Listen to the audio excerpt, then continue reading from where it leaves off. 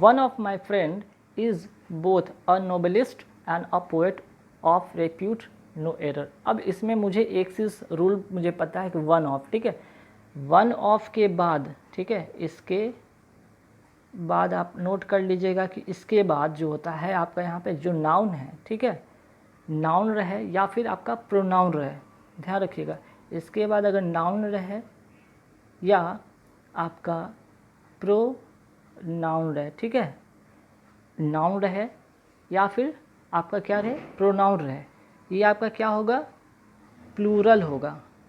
क्या होगा, प्लूरल, पहला चीज़, ठीक। लेकिन वर्ब जो होगा यहाँ पे, ये वर्ब जो होगा वो क्या होगा, सिंगुलर में होगा। एक चीज़ नोट कर लीजिएगा, पहला क्वेश्चन आपको ये रूल बताता है कि वन ऑफ के बाद आपका नाउन या प्रोनाउन जब भी रहे वो होगा प्लूरल में, ठीक है, और आपका जो वर्ब होगा वो क्या होगा, वर्ब होगा आपका सिंगुलर, ठीक। और यहाँ इस पार्ट में एरर है, आपका फ्रेंड नहीं होगा, यहाँ पे फ्रेंड्स होना चाहिए, क्लियर, ठीक। आप इसे सुधार लीजिएगा, आपको यहाँ पे फ्रेंड्स करना होगा, FRIENDS करना होगा। चलिए अब नेक्स्ट क्वेश्चन पे आते हैं। नेक्स्ट क्वेश्चन है कि नो सूनर ही left the office than it started raining heavily to make him completely wet. अब आपको पता है यहाँ पे एक चीज़ रूल नोट कीजिए कि नो सूनर के साथ तो दैन लगता है, ओके, ये ठीक है, यहाँ तक कोई बुराई नहीं कि नो सूनर के साथ दैन का यूज़ होता है ना। लेकिन नो सूनर के बाद आपका जो होगा वो क्या होगा, ये इम्पॉर्टेंट है, ठीक।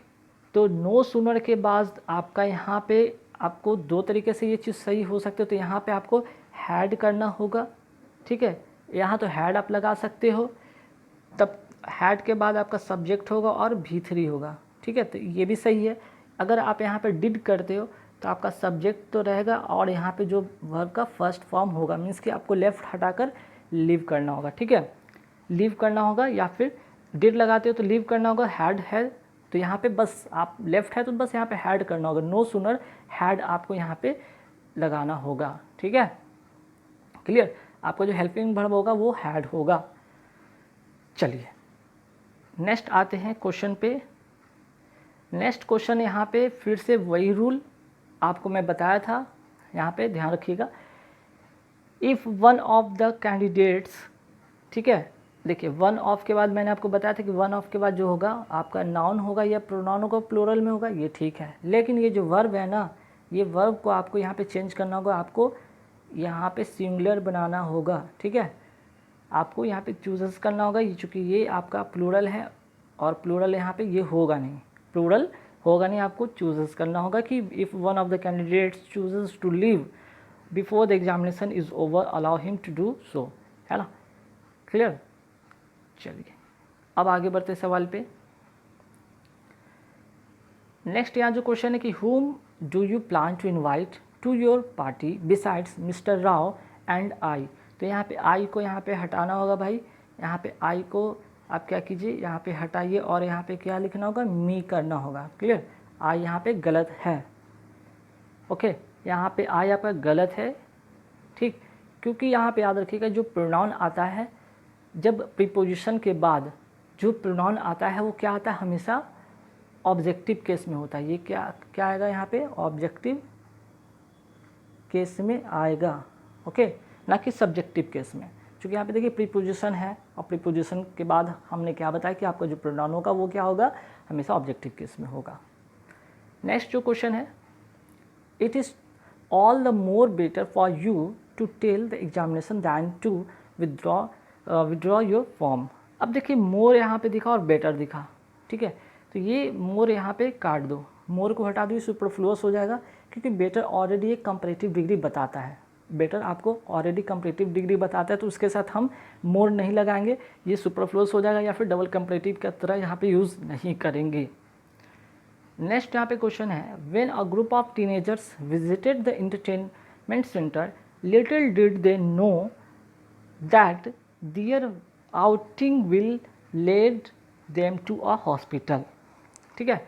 तो देखिए यहाँ पे क्या होगा, यहाँ पे एक चीज़ मुझे दिखा कि सबसे पहले कि विजिटेड, ये क्या है, पास्ट टेंस में है ना, ये क्या है, सेंटेंस पास्ट टेंस में है। अगर ये पास्ट टेंस में है, ठीक है, तो दैट के पहले तो ये सेंटेंस जो था आपका पास्ट में था, तो दैट के बाद जो होगा आपका ये भी तो पास्ट में होगा, तो ये विल की जगह पे हमें क्या करना होगा, वुड करना होगा, तब जाकर ये सही होगा। चलिए नेक्स्ट जो क्वेश्चन है, if you had not been so secretive you had told me all the facts earlier I could have help you. अब देखिए यहाँ पे इफ़ क्या है, कंडीशनल क्लाउज, दो क्लाउज आपका जुड़ा हुआ है। If you had not been so secretive, यहाँ तक तो एक क्लाउज है, ठीक है, लेकिन इसके बाद सेकंड क्लाउज शुरू होता है, तो सेकंड क्लाउज शुरू होने के पहले यहाँ पे हमें क्या करना होगा, एंड का यूज़ करना होगा, ठीक है। दो क्लाउज को कंडीशनल जो सेंटेंस बेस्ड होता है आपका, कंडीशनल जो क्लाउज ऑफ द सेंटेंस है यहाँ पे आपको एंड से जोड़ना होगा, क्लियर। तो आपको कौन सा पार्ट में रह रहे, यहाँ पे सिक्रेटिव एंड यू हैड करना होगा, क्लियर। आपको यू से पहले क्या लगाना होगा, एंड लगाना होगा, ठीक है। चलिए आते हैं नेक्स्ट क्वेश्चन पे। नेक्स्ट क्वेश्चन है, although there are some similarities in the qualification to both the candidates differences among them are considerably pronounced। अब देखिए यहाँ पे बोथ का मतलब होता है दो, बोथ का मतलब होता है दो लोग। अगर यहाँ दो का बात हो रहा है तो यहाँ पे among तो होगा नहीं, among दो से अधिक के लिए होता है, तो हमें यहाँ पे क्या लगाना होगा, बिटवीन करना होगा, ठीक है, बिटवीन करना होगा, क्योंकि among क्या होता है, दो से अधिक के लिए होता है, और बिटवीन होता है दो के लिए, है ना।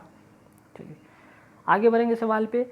आई am accustom with hard work and I generally don't get tired easily. अब पता है कि एक कस्टम के साथ प्रीपोजिशन विथ नहीं होता भाई, आपको यहाँ पे एक कस्टम टू करना होगा, ध्यान रखिएगा।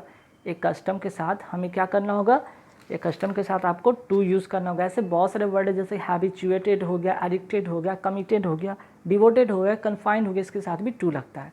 नेक्स्ट है, each of the girls are good and has contributed immensely to our success.